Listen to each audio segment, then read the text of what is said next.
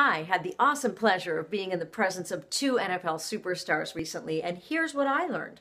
When Tom Brady entered the locker room at halftime during the Super Bowl, his thoughts were, this is exactly where we don't want to be. The score was 21-3, and it wasn't in their favor, and he and his team were really faced with a choice.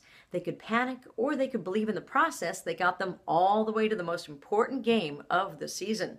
Receiver Julian Edelman had a mindset. He walked into the locker room, not down and out, but instead kept reciting to his teammates that this was going to be a hell of a story that was going to be told the next day. And that really was a pivot point. It really changed everything. In that moment, they could have chosen defeat. They could have felt unmotivated, but they knew something that a lot of winners practice every day. What is it? Well, they had a belief system, and that belief system really allowed them not to panic, but to instead rely on the plan that they had set forth for the game.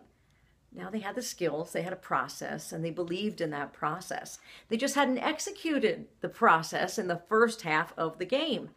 And that realization, well, it did change everything. It was a conscious mind shift. Tom Brady has said that when he carries that football in his arms, he's really carrying the faith of everyone on the team, his family, his fans, the owners. It's much more than just about himself. So when you're faced with a problem, work, family, life, think about your internal motivation. What is your process? It takes a moment to change your state of mind, but then you need to take action. And that's the part where some fall short, because it's hard, right? Yeah, it takes discipline to reach your goals, but it's also about the story in your head and how are you viewing and telling that story.